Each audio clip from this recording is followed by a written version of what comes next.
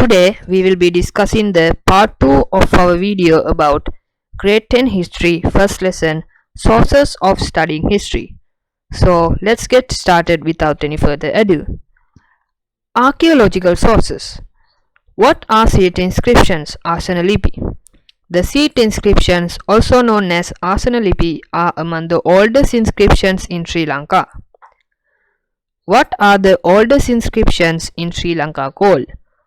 The oldest inscriptions in Sri Lanka are called Brahmi inscriptions. What was the purpose of Brahmi inscriptions? Brahmi inscriptions were written to record events such as offering of caves to bhikkhus. Why are inscriptions important? Inscriptions are important to understand the history of the ancient society and the expansion of settlements. From which period did the writing of inscriptions continue? The writing of inscriptions continued from the 2nd century BC to the period of the Kandyan kingdom. What types of events were recorded in inscriptions after the 2nd century AD? After the 2nd century AD, inscriptions recorded events such as offering premises to temples, administrating temples, informing government laws to people, charging taxes, trading, forgiving convicts, appreciating the service of some people. Why are inscriptions significant compared to literary sources? Inscriptions are significant because they provide much information that is not available in literary sources. From which era were coins used in Sri Lanka? Coins were used in Sri Lanka from the Anuradhapura era. What are the oldest coins found in Sri Lanka called? The oldest coins found in Sri Lanka are called Kahapana. They are also referred to as Purana and Dharana. What types of coins were used in ancient Sri Lanka? The types of coins used in ancient Sri Lanka include Tusker and Swastika coins, Lakshmi coins, golden coins named Aka, copper coins Tambamasa during the Polonnaru kingdom. Where were coins for Sri Lanka produced, and what evidence support this? Coins needed for Sri Lanka were produced in the country itself. Molds used for producing coins have been discovered in excavations. What foreign coins have been found in Sri Lanka? Roman coins, Chinese coins, and Indian coins have been found in Sri Lanka. Why are coins considered important historical sources? Coins are important for studying the economic condition, trade, and use of metals in ancient times. What is the study of ancient coins called? The study of ancient coins is called numismatics. The authors who have written records about Sri Lanka based on the information obtained from others without seeing the country with their own eyes and their books are given below. So let's look at them. Types of source. Examples. Types of source. Greek sources. Demando by Aristotle. Indica by Megasthenes. The records of Onesicritus. Roman sources. Naturalis Historia by Pliny. Approach to Geography by Ptolemy. Sri Lankan Map by Ptolemy. Chinese sources. The book on records of tours of Hassan Tang Tero. Portuguese sources.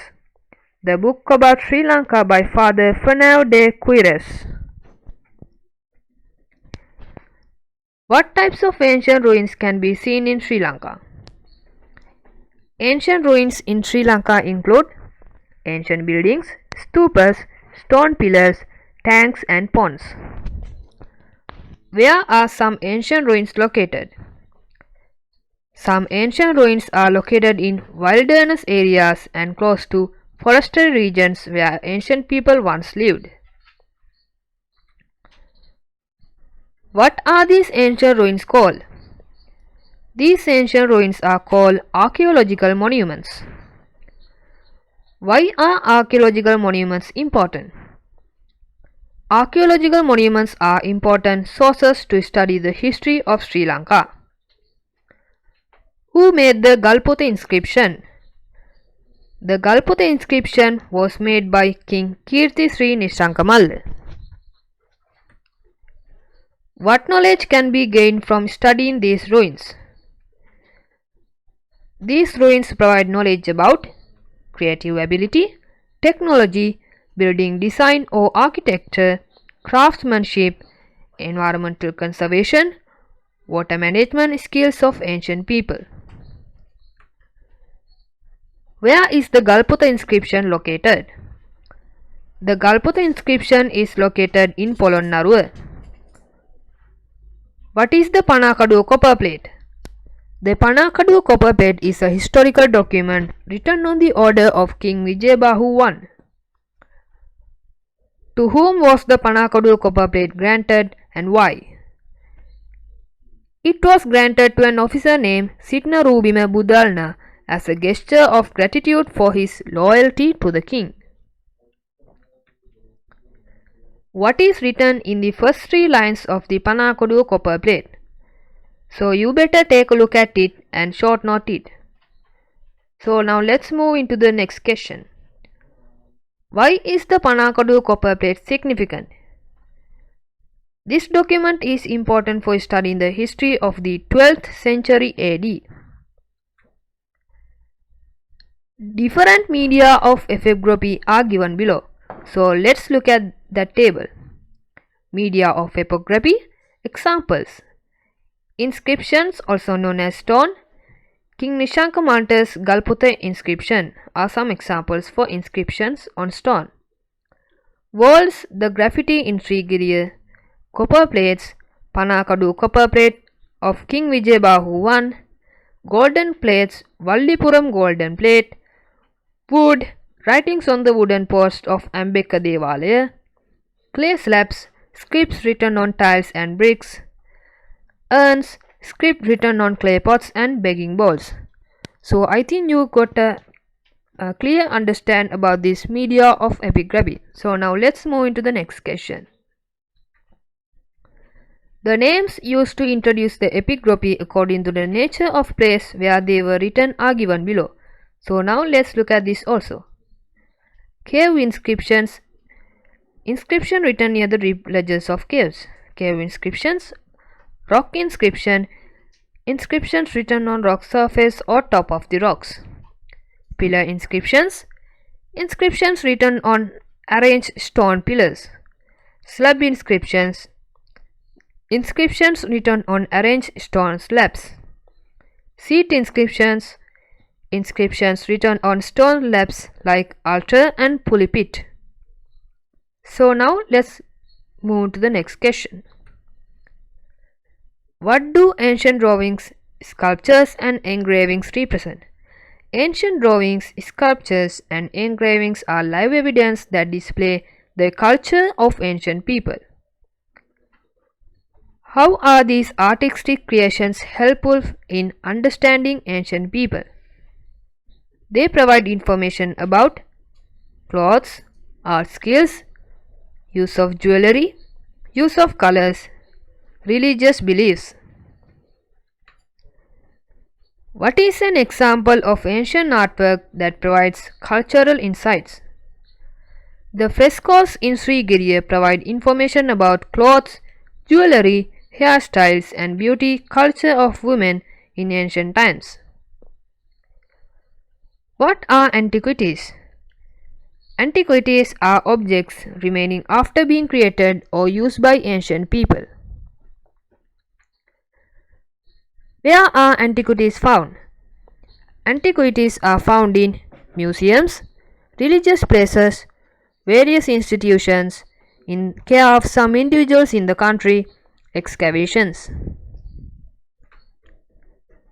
Why are antiquities important?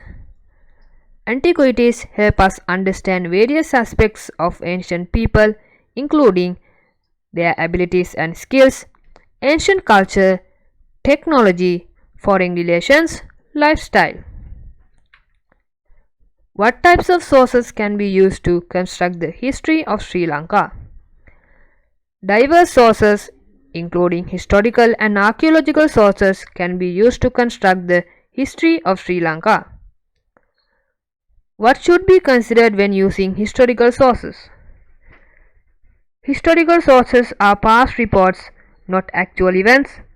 They may include personal likes and dislikes of the authors, substantiating literary sources with archaeological sources, increasing credibility. How are archaeological sources viewed? Archaeological sources are considered contemporary to historical events and provide a reliable foundation for verifying literary sources. How should history be constructed? Use all relevant sources for a particular historical incident, analyze the information critically, construct history using the most credible information. Why are archaeological sources important? Archaeological sources are essential because they fill gaps in literary sources, provide new information, substantiate information mentioned in literary sources. What is the name of the gold coin used in ancient Sri Lanka called?